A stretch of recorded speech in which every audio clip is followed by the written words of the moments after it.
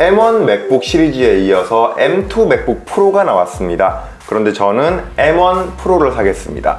이제 와서 왜냐고요? M2 맥북 프로가 M1 프로보다 성능이 발열은 심한데 심지어 가격은 더 올랐고, 전자제품을 살 때는 용도 파악이 가장 우선입니다. 저는 2D 그래픽 작업과 FHD 영상 편집을 주로 합니다. 가벼운 작업을 위해 만들어진 쿨링팬조차 없는 이 맥북 에어는 우선 제외하고요. 맥북 프로 제품군 중에서 저한테 필요한 사이즈, 어차피 저는 외장 모니터를 연결해서 집에서 작업하는 시간이 훨씬 길고 외출해서 작업할 때는 가능하면 작은 게 유리하다고 생각했어요. 16인치 맥북 프로도 탈락. 맥북 프로 제품군 중에서 남은 건 두 가지. M1 프로가 탑재된 14인치 맥북 프로, 새로 나온 M2가 탑재된 13인치 맥북 프로, 두 가지 모델을 비교해 보기로 했습니다. 자, 이제부터는 편의상 M2와 M1 프로로 줄여서 부르겠습니다. 2016년 터치바가 탑재된 슬림한 디자인의 맥북 프로가 나왔습니다. 근 5년 동안 맥북 프로 라인업에는 유의미한 디자인 변화가 거의 없었습니다. M1 맥북 프로까지도 외형 변화가 없었죠. 그랬던 맥북 프로가 M1 프로 칩셋 탑재와 함께 커다란 디자인 변화를 맞이합니다. 화면 베젤이 얇아지면서 노치가 생겼습니다. 제품 두께가 상당히 두꺼워졌고요. 두꺼워진 옆면에 맥세이프와 HDMI 포트, SD카드 슬롯이 부활했습니다. 호불호가 갈리던 터치바가 사라지고 펑션키가 돌아왔습니다. 그런데 최근에 나온 M2 맥북 프로는 어찌된 영문인지 2016년 구형 폼팩터 거의 그대로입니다. 같은 시기에 나온 맥북 에어는 디자인 싹 바꿔줬던데 M2 맥북 프로만 이거 진짜 너무하네요. 자, 관전 포인트입니다. 땡땡땡! 라운드 1. M1 프로는 화면 베젤이 얇지만 외관이 두툼합니다. 반면에 M2는 화면 베젤이 두껍지만 디자인이 슬림하죠. 라운드 2. M1 프로의 노치, M2의 터치바. 사용자에 따라 호불호가 갈리는 요소를 둘 다 하나씩 가지고 있습니다. 라운드 3. M1 프로는 맥세이프, HDMI, SD카드 슬롯까지 가지고 있지만 M2는 새로 나왔음에도 불구하고 해당 포트가 없습니다. 저는 외장 모니터를 연결해서 영상 작업을 주로 하는데 HDMI 포트와 SD카드 슬롯이 내장되어 있다는 건 저에게 있어 상당한 메리트였죠.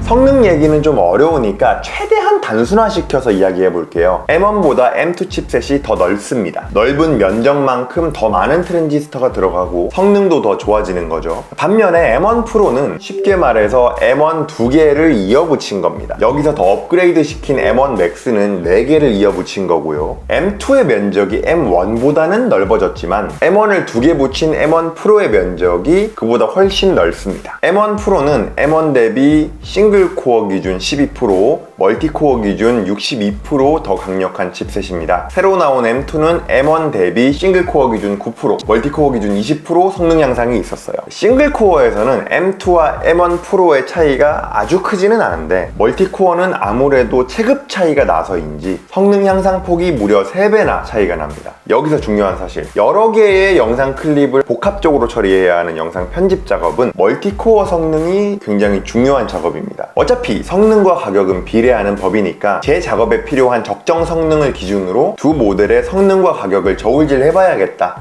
이렇게 생각을 했는데 M2 맥북 프로의 치명적인 결함 두 가지가 발견되었습니다. 첫 번째, M2는 M1 대비 SSD 읽기 속도가 절반 가까이 느립니다. SSD는 한 개만 쓸 때보다 2개를 레이드해서 쓸 때 더욱 빨라지는데요. 전작인 M1이 SSD 2개를 레이드해서 더욱 빠른 속도를 냈던 것에 비해 M2는 256GB SSD 1개를 독립적으로 써서 물리적으로 속도가 느린 것이 그 원인입니다. 자, 그런데 512GB부터는 SSD 2개를 묶어서 쓰는 레이드 방식으로 적용이 되기 때문에 속도 저하를 걱정하지 않으셔도 됩니다. 만약에 제가 M2 맥북 프로를 사게 된다면 256GB로는 영상 편집하기에 너무 적어요. 1TB로 어차피 업그레이드 할 생각이기 때문에 저에게는 SSD 속도 문제 해당하지 않는 문제였습니다. 두 번째, 사실 더 큰 문제는 칩셋 발열 이슈입니다. 칩셋이 과열되기 시작하면 컴퓨터는 이 기기 손상을 막고자 성능을 낮춰버립니다. 안 그래도 M2 맥북 프로가 M1 프로보다 좀 부족한 성능인데 발열에다가 이 발열로 인한 성능 저하, 스로틀링까지 겹치면 M2 맥북 프로에서는 작업을 소화하는데 좀 어려움이 있겠다. 거기다가 M1 프로는 외장 모니터 연결이 최대 2대까지 가능한데 M2는 한 대만 가능합니다. 막 포트에 어떻게 단자 연결을 해서 억지로 하려고 해도 한 대밖에 안 돼요. 나는 모니터가 2개인데 어떡하지? 한 대는 그냥 꺼놔야 되나? 저는 이 시점에서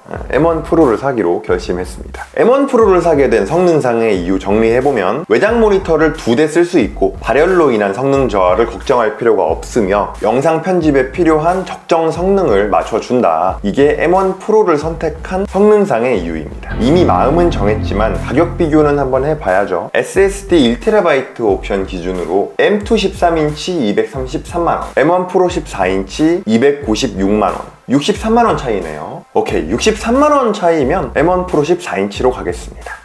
자, 가격에 있어서 굉장히 중요한 이야기를 해볼게요. 애플 실리콘 M1 이렇게 딱 나왔을 때 다들 이 M1 시리즈에 대해서 놀라운 성능이다 박수를 쳤습니다. 근데 그에 비해서 M2는 성능 향상 폭이 다소 실망스럽다는 평이 많습니다. 그렇게까지 드라마틱한 변화가 아니었는데도 불구하고 M2로 넘어가면서 가격은 더 올랐습니다. 기존에 있던 M1 맥북 프로는 단종됐습니다. 맥북 에어는 129만원에서 169만원으로 갑자기 가격 상승을 엄청 했고, 원래 팔고 있던 M1 맥북 에어는 단종되진 않았고요. 하나도 바뀐 게 없는 상태에서 10만원이 갑자기 인상됐습니다. M1 시리즈를 성공시켰던 애플이 M2 프로, M3, M4 새로운 칩셋을 낼 때마다 성능 향상 폭보다 가격 인상 폭이 더 큰 행보를 보이지 않을까. 거기에 더해서 환율 때문이기는 하지만 최근 일본에서는 모든 애플 제품이 20% 가까이 가격 인상을 했다고 합니다. 그렇게 생각을 해보면 성능이 더 업그레이드 된 거 기다렸다가 사야지, M2 프로, M3 그 사이에 새로운 거 나오면서 가격은 더 오르고, 이렇게 신제품의 업그레이드를 기다리는 것보다 이 M1 시리즈 안에서 M1이 부족하다면 M1 프로, 부족하다면 M1 맥스 이런 상위 옵션을 고르는 게 동일 성능 대비 가장 합리적인 선택이라고 저는 생각합니다.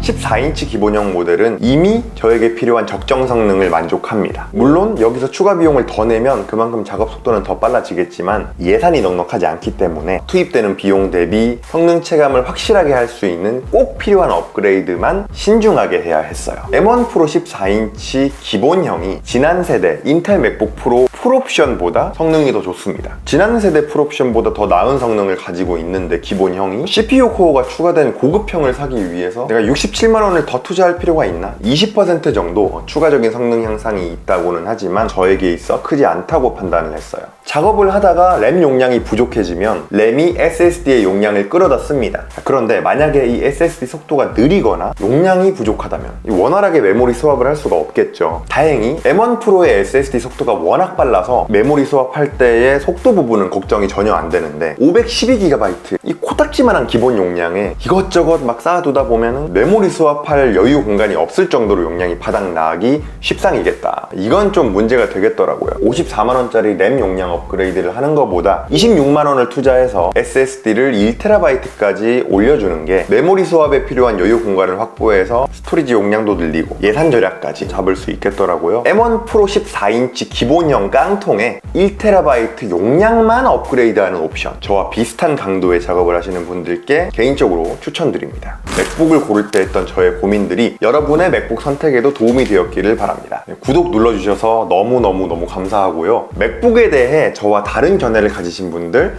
댓글로 다양한 의견을 나눠주세요. 저도 경청하겠습니다. 지금까지 100개의 리뷰였습니다. 고맙습니다.